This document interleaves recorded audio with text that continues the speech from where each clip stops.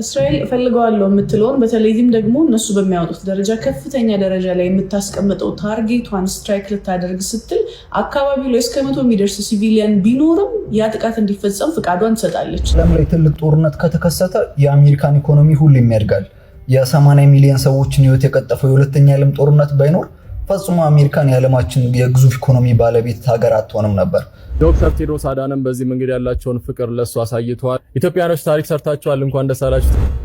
ይኸውላችሁ ይሄ ሰሞኑን የአደጋ ስጋት ፈንድ ተብሎ ከእያንዳንዱ ክፍያችን ላይ እየተጎመደ ያለው ገንዘብ የሚሰበሰብበት ሂደት ግን እንዴት እንደሚያስመርር ታዲያ እነዚህ ኬሚካሎች ቢቢሲ ያወጣው ዜና ላይ ጥናት ነው ያወጣው። ጥናቶቹ የሚያሳዩት እነዚህ ኬሚካሎች ለጡት ካንሰር እና ለስነ ተዋልዶ ጤና ችግር ያጋልጣሉ፣ የሆርሞን መዛባት ያመጣሉ። አሜሪካ ከ3 የአውሮፓ ሀገራቶች ውስጥ ወታደሮቿን ታወጣለች ሲሉ ዶናልድ ትራምፕ ዝተዋል። ሰላም ውድ የአቢሲኒያ ዴይሊ ቤተሰቦቻችን እንደምን አላችሁ? አዳዲስና ትኩስ መረጃዎችን በጠቃሚ መልእክቶች እያዋዛን ወደ እናንተ የምናደርስበት ፕሮግራማችን አሁን ጀምሯል። በአሁኑ ሰዓት በሶሻል ሚዲያ ላይ መነጋገሪያ የሆኑ ጉዳዮችን እያነሳን እንመለከታለን። አሁን በቀጥታ ለዛሬ ወደ አዘጋጀንላችሁ ቪዲዮዎች እናልፋለን። እናንተም ቪዲዮቹን ከተመለከታችሁ በኋላ ሐሳብ፣ አስተያየት እንዲሁም ምን እንደተሰማችሁ በኮሜንት ሴክሽኑ ላይ ጻፉልን። እስከ መጨረሻው አብራችሁን ቆዩ።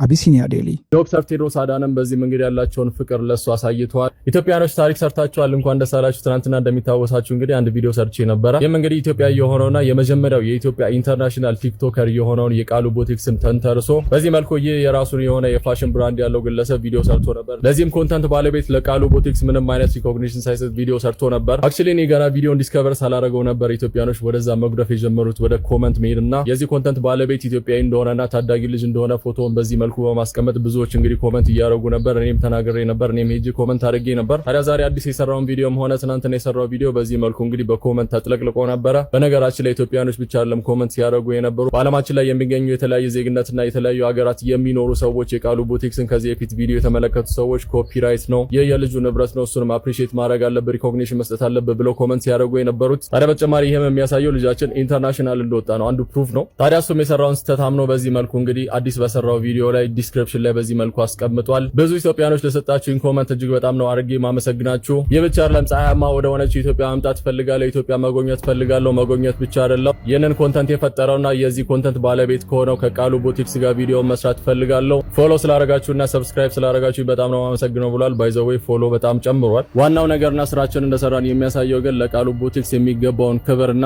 ሪኮግኒሽን በዚህ መልኩ ሰጥቷል። ከሱ ጋርም ኢትዮጵያ ድረስ መጥቼ ኮንተንት መስራት ፈልጋለሁ ሲል እንግዲህ በዚህ መልኩ ሜንሽን አድርጎታል። በቃ ምን ማለት ይችላል? አረንጓዴ ጎርፍ ነው የሆናችሁበት። ኮመንቱ እጅግ በጣም ተጨናንቋል በዓለም አቀፍ ደረጃ። እንዲሁም ኢትዮጵያ ውስጥ የሚገኙ ሰዎች ወደዛ ኮመንት በመሄድ እንግዲህ እውነታውን አሳይተውታል። ቪዲዮዎችም እንደምትመለከቱት በጣም ቫይራል ወጥተውለታል። ከዚህ በፊት የነበረውን ቪዲዮ እንግዲህ ከላይ እንደምትመለከቷቸው ናቸው። የአሁኑ ቪዲዮ ግን በሱ ኮንተንት ምክንያት በልጃችን ኮንተንት ምክንያት ከፍ አድርጎታል። የሚገባውን አፕሪሺዬሽን እና የሚገባውን ሪኮግኒሽን እሱም ሰጥቷል። ኢትዮጵያ እመጣለሁ፣ እናንተን ጎበኛችኋለሁ፣ ከሱ ጋርም ኮንተንት ሰራለሁ ሲል ኢንተርናሽናሊ ለመጀመሪያ ጊዜ በኢትዮጵያ ታሪክ ኢንተርናሽናሊ ቫይራል የወጣውና በዓለም ዘንድ ታዋቂ የሆነው ልጃችን አፕሪሺየት አድርጓል። በነገራችን ላይ በትናንትናው ምሽት ላይ እንደተመለከትኩት የዓለማችን የጤና ሚኒስትር ዋና ዳይሬክተር የሆኑት ዶክተር ቴዎድሮስ አዳነም በዚህ መንገድ ያላቸውን ፍቅር ለሱ አሳይተዋል። አብሶሉትሊ ፌኖሜናል ሲሉ እጅግ በጣም አስደናቂ ነገር እንደሆነ እንግዲህ በዚህ መልኩ በትዊተር ፔጃቸው እሳቸው ማጋርተዋል። ታዲያ ይህ ማለት ምን እንደሆነ ታውቃላችሁ? ልጃችን በዓለም አቀፍ ደረጃ በኖርማል ሰዎች ብቻ ሳይሆን የሚታወቀው ዓለማችን የሚመራት መሪዎች ስለዚህ እንቁ ልጃችን እንግዲህ ያውቃሉ ማለት ነው። እናንተ ግን እጅግ በጣም ጀግና የሆናችሁ ሰዎች ናችሁ። ኢትዮጵያኖች ስንተባበር ይህንን ድረስ መድረስ እንችላለን። የቃሉ ቦቲክስን ዋናውን አካውንት ከስር ሜንሽን ማድረግላችሁ ይሆናል። ብሩክ ላይ መልካም ቀን ይውላችሁ።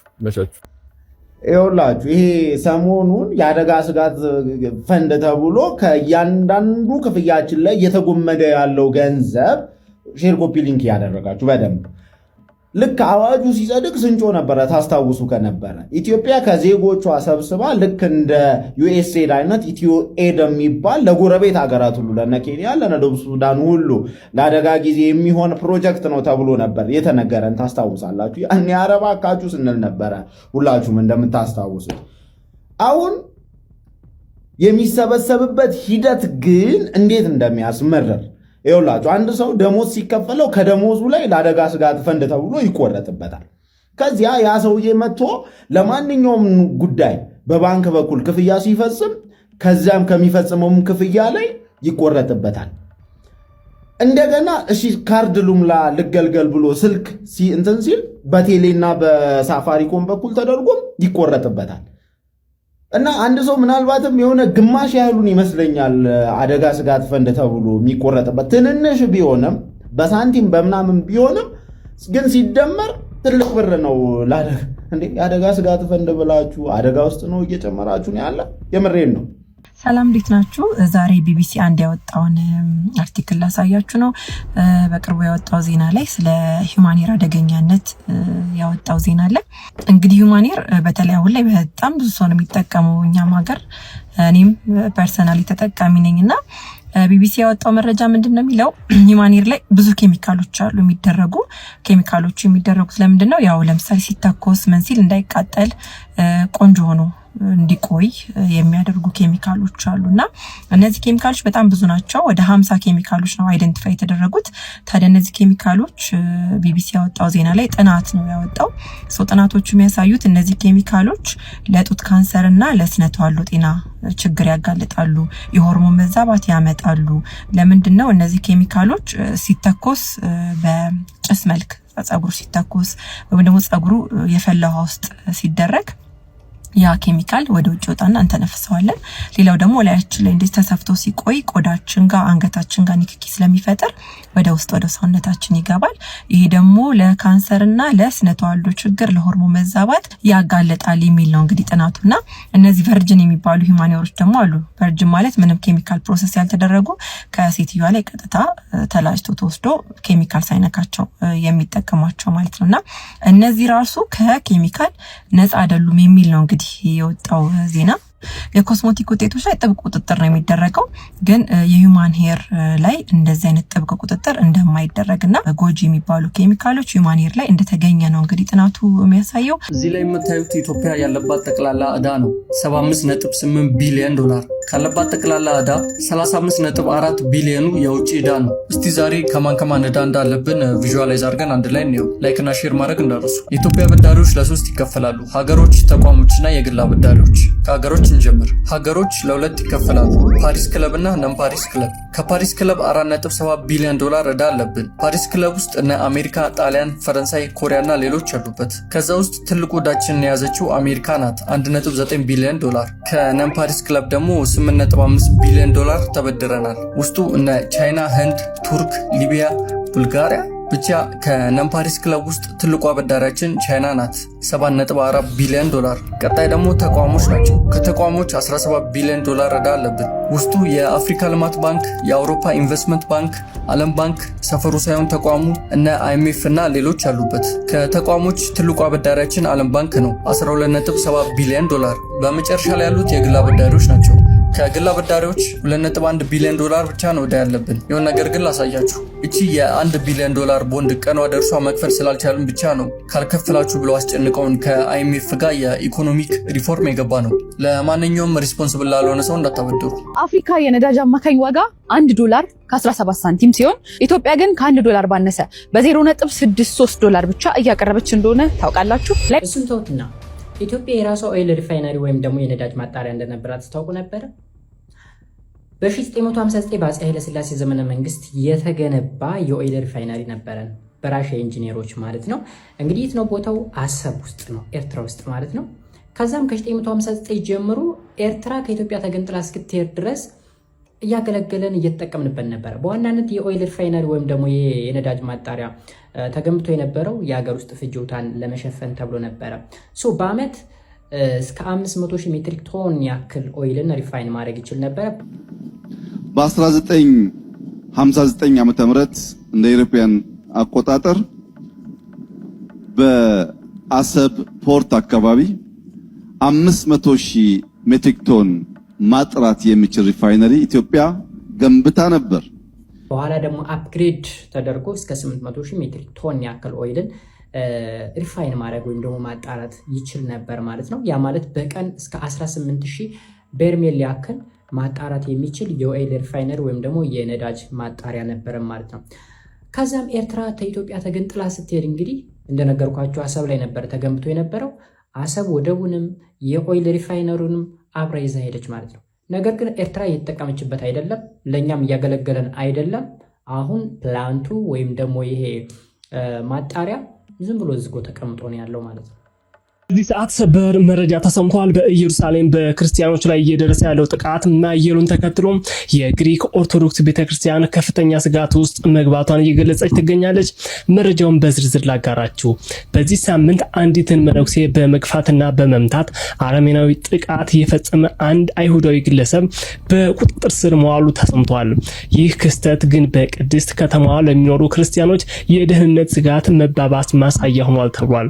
የፓትርያርክ መስሪያ ቤቱ ባወጣው መግለጫም በሃይማኖታዊ ተቋማትና በምዕመናን ላይ የሚፈጸሙ ስልታዊ ጥቃቶች በአስቸኳይ እንዲቆሙና መንግስት ተገቢውን ጥበቃ እንዲያደርግ አጥብቆ ጠይቋል። በመላው ዓለም የሚገኙ የሃይማኖት መሪዎች ድርጊቱን እያወገዙ ሲሆን የኢየሩሳሌም የሰላም አየር በውጥረት መሞላቱም ተነግሯል። ዘገባው የአልጀዚራ ነው። ዓለም ላይ ትልቅ ጦርነት ከተከሰተ የአሜሪካን ኢኮኖሚ ሁሌም ያድጋል። የ80 ሚሊዮን ሰዎችን ህይወት የቀጠፈው የሁለተኛ ዓለም ጦርነት ባይኖር ፈጽሞ አሜሪካን የዓለማችን የግዙፍ ኢኮኖሚ ባለቤት ሀገር አትሆንም ነበር። አሜሪካን እስካሁን በታሪክ ውስጥ ከሚታወሱ ጦርነቶች እንዴት ባለ መንገድ ቢሊዮን ዶላሮች እንዳተረፈች ልንመለከት ነው። ቪዲዮውን ላለማስረዘም 3 ጦርነቶችን ብቻ እንመልከት። ሁለተኛው የዓለም ጦርነት፣ ከዚያ 1990 የገልፍ ጦርነት፣ ቀጥለን ደግሞ አሁን ራሷ እየተሳተፈችበት ያለው የኢራን ጦርነት እንመልከት። በእነዚህ ጦርነቶች አሜሪካና ኩባንያዎቿ ቢሊዮን ዶላር ይዛቁበት መንገድ እንደ ጦርነቶቹ ይለያያሉ፣ ግን የማይቀየረው የአሜሪካ አትራፊ መሆን ነው። በዝርዝር እንመልከተው። ከሁለተኛው የዓለም ጦርነት እንጀምር። በሰው ልጅ ታሪክ በአሰቃቂነት ወደር የማይገኝለት ሁለተኛው የዓለም ጦርነት የአሜሪካን ኢኮኖሚ እስከ ወዲያኛው ያስወነጨፈ ክስተት ነበር። የሁለተኛው የዓለም ጦርነት በአሜሪካ 17 ሚሊዮን አዲስ ስራ ፈጥሯል። ስራ አጥ ቁጥሩ ወደ 0% ተወርዶታል። የሀገሪቷን ግሮዝ ናሽናል ፕሮዳክት ወይም ጂኤንፒ በጥፍ አሳድጎ ከ100 ቢሊዮን ዶላር ወደ 200 ቢሊዮን ዶላር አስወንጭፎታል። የዚህም ምክንያት አሜሪካን የጦር መሳሪያዎችን በገፍ ለጦርነቱ ተሳታፊ ሀገራት በመሸጥ ነው። የሁለተኛው የዓለም ጦርነት በተደረገባቸው 5 ዓመታት ከ1940 እስከ 1945 የአሜሪካን የጦር መሳሪያ ምርቶች በኢኮኖሚ ላይ የነበራቸው ድርሻ ከ1.7% ወደ 50% ነው በአንድ የተመነደገው። ስለዚህ ከዛ እልቂት ብቸኛው ያተረፈችው ሀገር አሜሪካ ነች ማለት ይቻላል። ወደ ገልፍ ጦርነት ደግሞ እንምጣ። ከዚህ ጦርነት ደግሞ ያተረፈችበት መንገድ በጣም የሚያስገርም ምናልባትም አስቂ ሊባል የሚችል ነው። የገልፍ ጦርነትን ካላወቃችሁት በ1990 የኢራቁ ሳዳም ሁሴን ኩዌትን 19ኛ ግዛቴ ነች ብሎ በመረሩ ምክንያት በአሜሪካ 32 ሀገራትን አሰባሳቢነት በኢራቅ ጦር ላይ የተከፈተ ዘመቻ ነበር። በዚህ ጦርነት ደግሞ አሜሪካ የምትከሰሰው ጦርነቱ ከሚፈልገው ገንዘብ በላይ ከሀገራት ሰብስባ ፈርቅ ይዛለች በሚል ነው። አሜሪካ ለጦርነቱ መዋጮ 52 ቢሊዮን ዶላር ሰብስባለች። በ1990 52 ቢሊዮን ዶላር በአሁኑ ገበያ ወደ 129 ቢሊዮን ዶላር እንደማለት ነው። ይሄ ጦርነት በ42 ቀናት ብቻ የተጠናቀቀ ነው። ገንዘቡን የሰበሰቡበት መንገድ ደግሞ በጣም የሚያስቅ ነው። ጦርነቱ በ42 ቀናት ከተጠናቀቀ በኋላ ከአሜሪካን ፓርላማ ከዲሞክራቲክ ፓርቲ አባላት አሜሪካ ከዚህ ጦርነት መዋጮ ላይ ፈርቅ ይዛለች የሚል ነገር መነሳት ጀመረ። ከዛ ለጦርነቱ ገንዘብ ያዋጡ ሀገራት ማልጎምጎም ጀመሩ። የጀርመን ፓርላማ ደግሞ ኮስተር ብሎ ሀገራችን ያወጣቸው 5 ቢሊዮን ዶላር የት እንደገባ ማወቅ አለብን ብሎ የወቅቱን ቻንስለር ሄልሙት ኮልን ሰቅዞ ያዛቸው። ከዚህ በኋላ ጀርመን መልእክተኛ አሜሪካ ድረስ ልካ የጦርነቱን ኦዲት ሪፖርት ቼክ እስከማስደረግ ደርሳ ነበር። በአሁኑ ጦርነት ደግሞ አሜሪካ ያወጣችው ወጪ ወደ 1 ቢሊዮን ዶላር እየተጠጋ ነው እየተባለ ነው። ግን ደግሞ ብዙዎች ያላስተዋሉት የሆርሙዝ ሰርጥ መዘጋት መላው የአረብ ሀገራት ሲጎዳ ለአሜሪካ ደግሞ የከፈተው እድል አለ። ከዚህ ሰርጥ መዘጋት በኋላ የአሜሪካ የዓለማችን ቁጥር 1 ነዳጅ ኤክስፖርተር ሀገር ሆናለች። ምክንያቱም እነ ቃታር ምርቶቻቸውን መላክ አይችሉም። ስለዚህ አሜሪካን የአውሮፓን የአውስትራሊያን እና አንዳንድ የእስያ ሀገራት የነዳጅ አቅርቦትን አብዛኛው የእሷ ድርሻ ይሆናል። ከዚህ ምን እናያለን? ጦርነት በባህሪው ሀብታሞችን የበለጠ ሀብታም፣ ድሆችን ደግሞ የበለጠ ድሃ ያደርጋልና ጦርነትን እንጸየፍ። አሜሪካ ከ3 የአውሮፓ ሀገራቶች ውስጥ ወታደሮቿን ታወጣለች ሲሉ ዶናልድ ትራምፕ ዝተዋል። እነዚህ ሀገራቶች ደግሞ አንደኛዋ ጀርመን ስትሆን ሁለተኛዋ ስፔን ናት፣ ሶስተኛዋ ደግሞ ኢታሊ ናት። ይህን ተከትሎ እንግዲህ ዛሬ ከጥቂት ሰዓታት በፊት የኢታሊው የዲፌንስ ሚኒስትር ሪስፖንድ አድርጎ ነበረ እና እንደሱ አነጋገር ከሆነ ኮንፊውዝድ ሆኛለሁ ያለው። ምክንያቱም ለምን እንደዚህ አይነት ውሳኔ መወሰን እንደተፈለገ አላቅም። ምክንያቱም እነሱ በፈለጉበት ሰዓት አቬለብል ነበርን፣ እነሱ ለእርዳታ ሲፈልጉን እንገኝ ነበረ። ሲቀጥል ደግሞ ሆርሙዝ ላይ ራሱ የኮሜርሻል መርከቦች ላይ ጥበቃ ስናደርግ ነበረ። በዚህም ደግሞ የአሜሪካ ሚሊተሪ ራሱ አመስግኖናል ብሏል። ስለዚህ የዲፌንስ ሚኒስትሩ ይሄ ጉዳይ ሰርፕራይዝድ ከሆነበት ወይም ደግሞ በጣም ሾክድ ከሆነ በዚህ ነገር ኢታሊን ይጎዳታል ማለት ነው፣ የአሜሪካ ውሳኔ ማለት ነው። እንዴት እንደሆነ ልንገራችሁ። በመላ ኢታሊ ውስጥ አሜሪካ 7 የጦር ቤዞች አሏት። በእነዚህ የጦር ቤዞች ውስጥ ደግሞ 15000 የሚደርሱ ወታደሮች አሉ። ታዲያ እነዚህ የጦር ቤዞች ደግሞ በጣም ብዙ ኤር ዲፌንስ ሲስተሞች ዲፕሎይ ተደርጎባቸዋል። እነዚህ ኤር ዲፌንስ ሲስተሞች ደግሞ ጥበቃ የሚያደርጉት ለራሳቸው ብቻ ሳይሆን ለመላ ለኢትሊ ነው። ታዲያ ኢትሊ እነዚህን አሜሪካ የኤር ዲፌንስ ሲስተሞችን ሙሉ ለሙሉ ዊዝድሮ ብታደርግ እነዚህን ኤር ዲፌንስ ሲስተሞችን በቦታቸው ለመተካት 10 ዓመት ይፈጅባታል ነው የሚባለው። ይህ ማለት የአሜሪካ ወታደሮች አጠቃላይ ያላቸውን ዕቃ ሰብስበው ከኢትሊ ዛሬ ቢወጡ ለ10 ዓመታት ተከታታይ ኢትሊ ለጠላት ተጋላጭ ናት ማለት ነው። ነገር ግን የወላቸው አንድ ነገር አለ። በ2026 የተጸደቀ የአንድ የሆነ አክት አለ እና በዛ አክት መሰረት በኢሮፕ ውስጥ የሚገኙ አጠቃላይ የአሜሪካ ወታደሮች ከ75,000 በታች መሆን እንደሌለባቸው ይደነግጋል። አሁን ላይ በኢሮፕ ውስጥ የሚገኙ የአሜሪካ ወታደሮች ደግሞ 85,000 ገደማ ናቸው። ስለዚህ ዶናልድ ትራምፕ ከመላ ኢሮፕ ማስወጣት የሚችሉት 10,000 ወታደሮችን ብቻ ነው ማለት ነው። ወታደሮቹን ብቻ ሳይሆን ከነሱ ጋር ዲፕሎይ የተደረጉ ኢኩፕመንቶችም መውጣት ይችላሉ ማለት ነው። ታዲያ ዶናልድ ትራምፕ እንግዲህ እነዚህ ሶስቱ ነገሮች ለምሳሌ አታክ ማድረግ ከፈለጉ ከመላ ኢሮፕ 10,000 ወታደር ማውጣት ስለሚችሉ ከፈለጉ ከጀርመን ላይ 10,000 ወታደሮችን ቢያስወጡ ጀርመን ተጎጂ ትሆናለች። በጣም ብዙ ወታደር ያለው ጀርመን ውስጥ ነው። ከፈለጉ ከስፔን ያን ወታደር ቢያወጡ ወር ከኢታሊ ቢያወጡ እነዚህ ሀገሮች ተጎጂ ይሆናሉ። እነዚህ የ10,000 ወታደሮችን ኮታ ለሶስት ሀገራቶች አካፍለው ከነዚህ ከሶስቱ ሀገራቶች ውስጥ ዊዝድሮ ቢያደርጉ ከነ ኢኩዊፕመንታቸው ቢወጡ እነዚህ ሀገራቶች ተጎጂ ይሆናሉ ማለት ነው፣ ወይም ደግሞ ለጠላት ተጋላጭ ይሆናሉ ማለት ነው። ከመሞቷ በፊት ማስፈራሪያና ዛቻ ይደርሳት እንደነበር የሚያሳዩ መረጃዎች አሁን ላይ መውጣት ጀምረዋል። ይቺ በምስሉ ላይ የምታዩት የአሜሪካ ተገለዋል ወይንም ጠፍተዋል ከተባሉ 14 ሳይንቲስቶች መካከል ነው። ባለፈው 10 ነበሩ። አሁን ላይ ሊስቱ አፕዴት እየሆነ 14 የአሜሪካ ከፍተኛ ሳይንቲስቶች ከኒኩለር ጋር ከናሳ ጋርና ከፍተኛ የሆነ የሀገሪቱ መረጃና አክሰስ የነበራቸው ግማሾቹ ሞተዋል፣ ግማሾቹ ደግሞ የደረሱበት እስካሁን አልተገኘም። ስለዚህ ከነዛ መካከል አንዷ ናት። ስሟ ኤሚ ኤክስተር ትባላለች። በአንታይ ግራቪቲ ወይንም ጸረ ግራቪቲ በሆነ ሪሰርች ላይ ነው ስትሰራ የነበረችው። ማለትም ከባዶ ነገር ላይ የኤሌክትሪክ ኢነርጂ ማውጣትና ማግኘት የሚል ነው። እንደሷ ገለጻ ከሆነ ይህ ስራዋ ከተሳካ ሙሉ ለሙሉ የዓለማችንን ከነዳጅና ከሌሎች ነገር ተላቃ ሁሉም ሰው በነፃ ኢነርጂን ያገኛል ማለት ነው። ስለዚህ የኤሌክትሪክ ወጪና ክፍያ የሚባል ነገር አይኖርም ማለት ነው። እንግዲህ በዚህ ቪዲዮ ላይ እንደዚህ ስትል ትሰማለች። 3 years ago that we kill people for this. Is she not listening? What is she doing? She's still doing it. ለምንድነው የማትሰማው? ምንድነው እየሰራች ያለችው? ከዚህ በፊት ሰው መግደላችንን አታውቅም ወይ? እንድታቆም ማስጠንቅቀናት አልነበረም ወይ? የሚል መረጃዎች ይደርሱኝ ነበር ብላ በዚህ ቪዲዮ ላይ ከመሞቷና ከመጥፋቷ በፊት ትናገር እንደነበር አሳውቃለች ማለት ነው።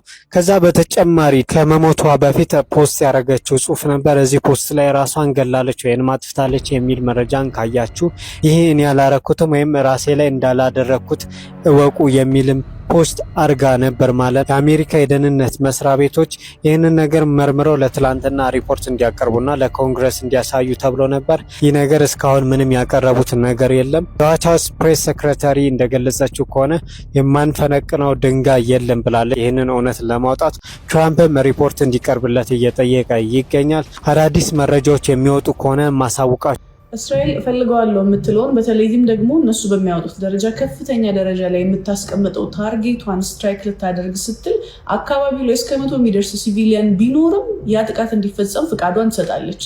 እስቲ የዛሬው ቪዲዮ ትንሽ ረዘም ሊል ስለሚችል አሁን ማየት የማትችሉ ከሆነ ሴቭ አድርጉትና ጊዜ ሲኖራችሁ ታዩታላችሁ።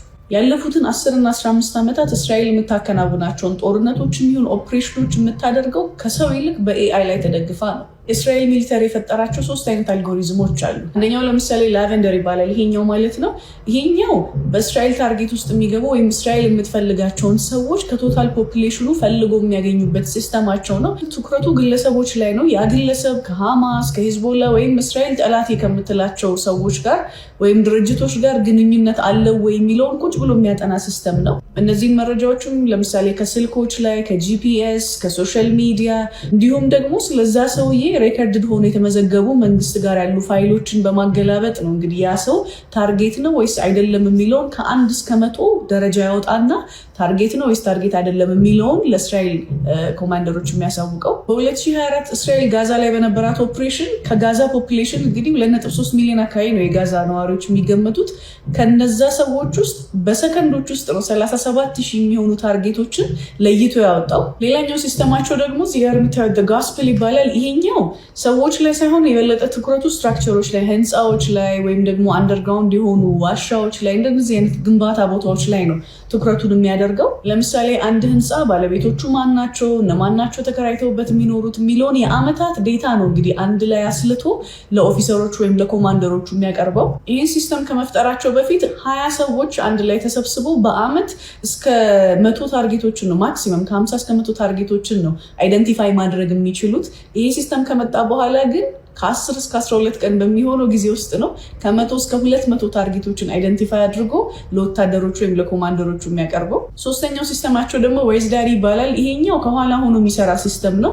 የዛን ሰው እንቅስቃሴ ለተወሰኑ ጊዜያት ያጠናና ቤቱ የትኛውን እንደሆነ አይደንቲፋይ ካደረገ በኋላ ልክ ያ ሰው መኖሪያ ቤት ውስጥ ሲገባ ኖቲፊኬሽን ለተቆጣጣሪዎቹ ወይም ለኦፊሰሮቹ ይልካል። ከዛ በ20 ሰከንድ ውስጥ ያ ሰው ላይ እርምጃ ይወሰድ አይወሰድ የሚለውን ያ ኦፊሰር ወይም ኮማንደር ውሳኔ ይሰጣል ማለት ነው። ይህን ሲስተም የቀድሞውን የኢራን አያቶላ አሊ ሀመኔን ለመግደል ሲጠቀሙበት በ60 ሰከንዶች ውስጥ ያለበት ቦታ ታውቆ ታርጌቶቹ አይደንቲፋይ ተደርገው ከዛ በኋላ እንዲፈነዳ ትዕዛዝ የተሰጠው 60 ሰከንድ በማይሞላ ጊዜ ውስጥ ነው። እነዚህን ሶስቱ ሲስተሞች ወይም አልጎሪዝሞችን ደግሞ አንድ ላይ ኢንተግሬት አድርጎ የሚይዘው ሲስተም ደግሞ ፓለንቲር ይባላል። ቅንጅታቸውን በአጭሩ ለመረዳት ፓለንቲር ልክ እንደ ኦፕሬሽናል ሲስተም ነው። ለምሳሌ አንድ ስልክ ላይ አይፎን ከሆነ አይኦኤስ፣ እነ ሳምሰንግ ከሆኑ ደግሞ አንድሮይድ እንደምንለው ኦፕሬቲንግ ሲስተሙ ፓለንቲር ይባላል። እነ ላቨንደር ደግሞ እንደ አፕሊኬሽን ናቸው። የሚፈልጉትን ኢንፎርሜሽን ከፓለንቲር ሪሶርስ ወይም ዴታ ላይ ይወስዱና ለሚፈልጉት ፐርፐዝ እንዲያውሉት ይረዳቸዋል ማለት ነው። የፓለንቲር ትልቅ ሼር ሆልደሮች ከዚህ በፊት የነበረው ቪዲዮ ላይ ያየናቸው እነ ብላክ ሮክ፣ ቫንጋርድ እነሱ ቢግ 3 የምንላቸው ካምፓኒዎች ናቸው በበላይነት የሚይዙት። ዘመናዊ ሚሊተሪ ይህን ያህል ኤአይ ላይ ከተመረኮዘ ስህተቶች የሉም ወይ የሚለውን ደግሞ እስቲ እንየው። ላቬንደርን ጀምርና ላቬንደር አኪሬሲ 90% ነው የሚባለው። ቅድም በሰጠኋችሁ ምሳሌ ጋዛ ላይ 37,000 ታርጌቶችን በአንድ ጊዜ አይደንቲፋይ ሲያደርግ ከነሱ ውስጥ 3,700 የሚሆኑት ምንም ከነገሩ ግንኙነት የሌላቸው ሲቪሊያን እንደሆኑ የእስራኤል መንግስትም ያምናል። ጎስፕልን ስናይ ደግሞ አሁን ቅርብ ጊዜ ኢራን ላይ በነበረው ጦርነት የተገደሉ የኤሌመንተሪ ህፃናትን ስናይ ያ ትምህርት ቤት ከአመታት በፊት የአይአርጂሲ ሚሊተሪ ቤዝ ነበር። ነገር ግን ከ2016 በኋላ ሙሉ በሙሉ ወደ ትምህርት ቤትነት ተቀይሮ ምንም አይነት የሚሊተሪ አክቲቪቲ ያልነበረው ቦታ ነው። ጎስፕል የሚባለው ሲስተም ደግሞ ዴታዎቹን ሲያገኝ ሂስቶሪካሊ ያንን ቢልዲንግ ኦን ያደረጉትንም አብሮ ስለሚይዝ ለሚሊተሪ ቤዝ ጠርጥሮት ነው የአሜሪካ ጦር ሄዶ ያንን ቦታ ይመታው። ዌዝዳዲንም ስናየው ልክ እንደዚሁ አኪሬሲው አንዳንድ ጊዜ ሎ ነው። ያ ታርጌት ቤቱን ለቆ ከወጣም በኋላ ስቲል ጥቃቶች እንዲፈጸሙ ሲግናልን ይሰጣልና የቤተሰብ አባላት ይሞታሉ ማለት ነው። በዚህ ሲስተሞቹ በራሳቸው ከሚሰሩት ስህተት በተጨማሪ ደግሞ ለምሳሌ አንድ በከፍተኛ ደረጃ የሚፈለግ የእስራኤል ታርጌት 100 ሲቪሊያኖች ያሉበት አካባቢ ላይ ቢገኝ እስራኤል ያ ጥቃት እንዲፈጸም ነው የምታዘው። ይሄ ደግሞ ያ ታርጌት ከእጇ እንዳይወጣ ከማሰብ አንጻር ነው። ተጨማሪም ግን አንዳንድ አናሊስቶች እንደሚያብራሩት ከሆነ ኤአይ ሲስተሙ በራሱ ሰዎችን ያንን ውሳኔ እንዲወስኑ የሚሰጠው ጊዜ አጭር ነው። በዚህም ደግሞ አብዛኞቹ ኦፊሰሮች እና ኮማንደሮች ሞር የሚተማመኑት የኤአይን ውሳኔ ነው። ስለዚህ ልተኩስ ሲል ተኩስ የሚል ስልጣን ነው የሚሰጡት ነው የሚሉት። ኦፍኮርስ የእስራኤል መንግስት ይህንን አይቀበልም። ፋይናል ዲሲዥን ሁል ጊዜም በሰዎች ነው ይላል። ነገር ግን እነዚህ ተንታኞች 20 ሰከንድ ራሷ ኮምፕሌክስ የሆኑ ነገሮችን ለማጥናትና አጥርቶ ተኩስ ለማለት በጣም አጭር ጊዜ ስለሆነች እንደነዚህ አይነት የማስሞቶች እጅግ በጣም እንዲበዙና እንዲበራከቱ ያደርጋል እያሉ ነው። እዚህ አይነት ኮንተንት የሚመቻችሁ ከሆነ ተቀላቀሉን። ቺርስ። እንግዲህ ውድ የአቢሲኒያ ዴይሊ ተመልካቾቻችን ለዛሬ ያዘጋጀንላችሁ አዳዲስና ትኩስ መረጃዎች እንዲሁም ጠቃሚ መልእክቶችን የያዙ የተለያዩ ቪዲዮዎች እነዚህን ይመስሉ ነበር። እናንተም እንግዲህ ስለ ቪዲዮዎቹ ያሏችሁን ሀሳብ፣ አስተያየት እንዲሁም የተሰማችሁን በኮሜንት ሴክሽኑ ላይ ጻፉልን። በቀጣይ ምርጥ ቪዲዮ እስክንመለስ ቸር ቆዩን።